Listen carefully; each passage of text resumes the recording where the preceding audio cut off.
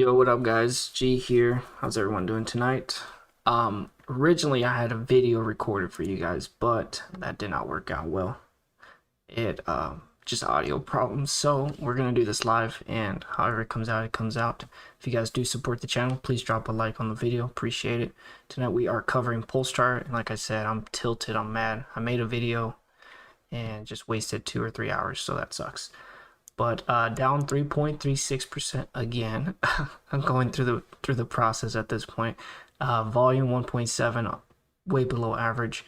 We've got news from Uber and Hertz, and so we're just gonna go back and take care of those news. Oh, man, this is so fucked.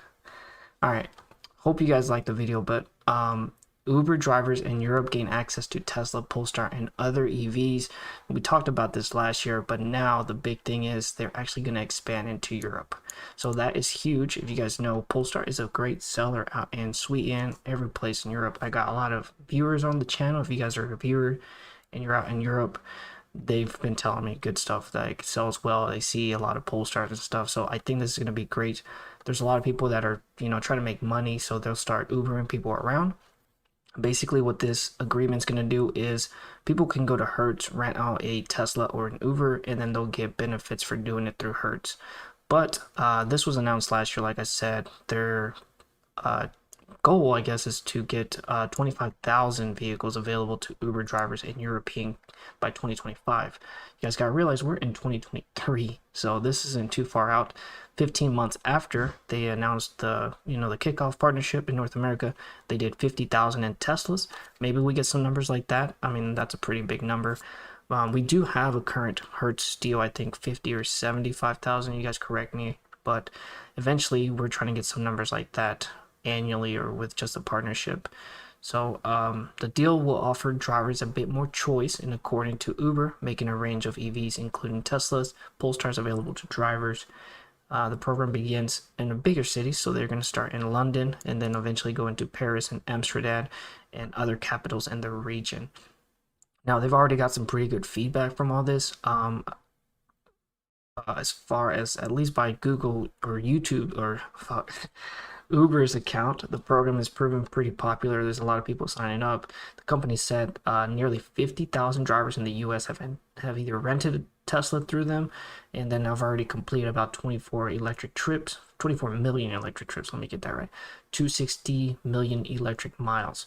So there's a lot of good reception as far as this goes. So people are actually going through Hertz, signing up, getting an electric vehicle, and then driving people around and making money. And then I guess I should talk about why does this matter to Polestar people, Polestar investors. Well, I think it's gonna kind of solidify and just give brand recognition. Like, you guys know, Tesla back in the day was not like the most, people could say it was a little sketchy, or besides like it driving through a house and stuff. I know you guys saw some of those news that came out, but it's gonna give some recognition to Polestar. It's gonna help sell more vehicles. I think the current Hertz deal is whatever it is, 50 or 75. If they get good reception or good feedback from it, then they'll probably get more vehicles to rent out. So that means more business for Polestar, essentially.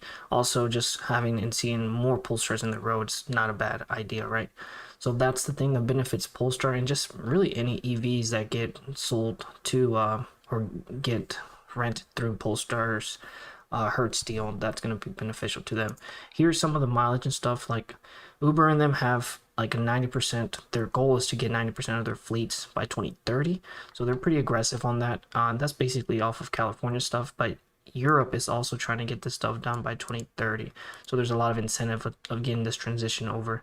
So in order to qualify for this program or to get an EV through Hertz, drivers must maintain an average of 4.7 stars and have made 150 trips at least.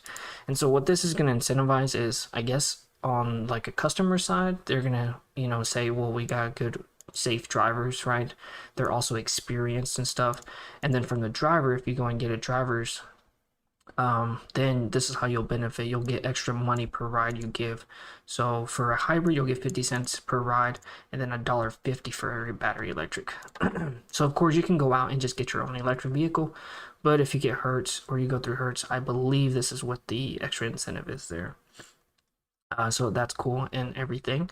And it's just kind of nice to see in a Polestar and just casually behind what's that, London, it looks like. I don't really know my cities, to be honest.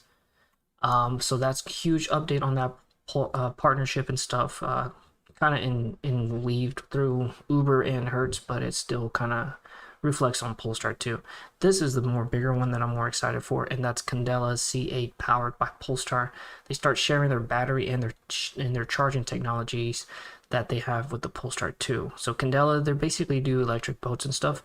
They're going to start using it finally in a product through the partnership of Polestar and Candela. Two Swedish premium mobility brands reached an agreement last August for Polestar to supply the batteries and technology to power Candela's electric hydrofoil boats. So they're going to be using the same product that we're already using in the Polestar. It's the 69 kilowatt on the Singer standard motor. And I don't really know the numbers for the metrics, but it's going to help them get a high speed range of 2 to 3 times longer than any conventional speedboat or electric speedboat. So just kind of being, I guess, a significant breakthrough for just this sector in this area. The really cool thing about this is actually going to help Polestar. It's a beginning or first step, second step, whatever it may be, of Polestar pivoting or transitioning into like more than just an automaker, right? So if they're going to start supplying batteries and technology, I mean, you could say they could be eventually become like similar to Tesla, like an energy company, right? So Tesla obviously has like sunroofs and they do all this other energy stuff that, yeah, Polestar is selling their technology and stuff.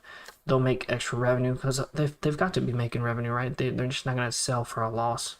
It wouldn't be beneficial. So this will probably help some of their revenue. I don't know. We'll kind of see how some of the numbers come out. But that's pretty cool. And then I guess main thing, this is like from, what's his name? One of the guys out in the CEO basically. With batteries from Polestar, Candela becomes first electric vessel that can travel destinations previously only reachable to combustion energy boats. I know a lot of people don't even care about this sector, but it's going to be revenue for Polestar, and it's just going to get brand recognition, right? It'll probably say powered by Polestar or something. So people that don't even know what a Polestar is will start looking, like big fishing sector market. Whoever's out there is going to start thinking about what a Polestar is. Anyway, just to kind of wrap things up, summary is supply of batteries and charging components basically to a third party. It's its first way for Polestar as an EV manufacturer to extend its efforts to drive electric mobility beyond the automotive industry. So just kind of going back to finally starting to branch out of automotives. It's just a baby step, right? But they'll start bringing in revenue by supplying other companies with their technology, existing technology, I might add, that's already out there, right? So if they have a surplus of batteries of other technology and stuff, then they might as well make money with it, is my point. That's what I'm thinking, right? So let me know your thoughts on that. And then eventually they could even, get this with another, I'm sure Candela is not the only electric boat out there, so they could start powering other electric boats. I mean, they could start doing other different kind of vehicles, maybe planes. I don't know. I mean, I think we're getting a little ahead of ourselves, but that's what it is. My thesis there. One other thing I want to show you. This is just extra. This wasn't included in the video, but I'm just gonna show you guys this. There's a showroom that they made out in Arctic with the Arctic design out in Finland. I don't know if you guys saw that. Pretty neat design, I would say. Now the Polestar Snow Space stands amid Alto Center complex building, and I'm not gonna even pronounce that. 8 kilometers south of Arctic Circle. So they are making moves. I would assume. It's a very weird design, but I don't know. They've got like the coilovers, the dampers, and all that like there. So I thought that was neat. Let's take a look at the chart, and that should be it. It was going to be a short video anyway. So what did I say in the video? So I am looking for higher lows here. What we got here? Higher low, higher low. We basically created that ascending support, right? Higher low, and then we have the lower high. So like we still have that potential of the pennant, which we talked about before, but also we've been consolidating for a while. Like even though we've been trading in this like box of some sort, and we've done that before back here, and then you did a move to the upside. So we could see a move, I mean, in either direction, honestly, up or down. If the market holds up pretty well, I would say we break to the upside. Or if the market holds bearish or something, then we'll kind of pin it and do this pin it here, and then that'll make sense a lot, right? But one thing that's kind of bullish for me is this MACD's been going up while the price, it's kind of been either sideways up. This is, I would like to interpret as bullish divergence, and then the bullish momentum is there on the bullish indicator there.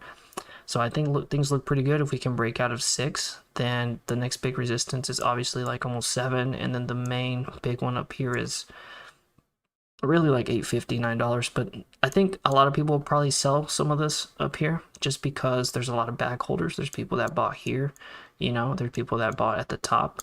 And so people around here will probably start taking their profits or cutting their losses. But this will be a very big, strong resistance to get above. So that's my opinion there. There was one other thing. I guess I want to say I'm bullish just because I think we're sitting pretty good.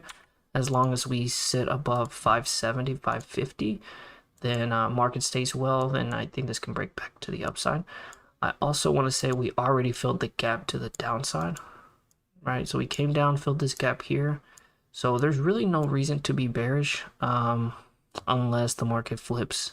And then we'll probably look for this support as a bounce, and it can basically break to the upside. So there's two ways to break this, I think, right? We just go straight up, or we pull back, and then if we hold this, then we can bounce back up. So I think that's about it. I don't know, I think that's all I had for the video. I'm a little upset because I went through the video, I spent 2 or 3 hours to record it, and then I ended up wasting a whole bunch of just footage and stuff, so it was a waste of 2 or 3 hours. But I think at the very end, I think we can still talk about the expansion or update on the Uber, Hertz / Tesla / Polestar deal that's now going into Europe and to the bigger cities, and then just benefiting drivers too. So it's very well received, or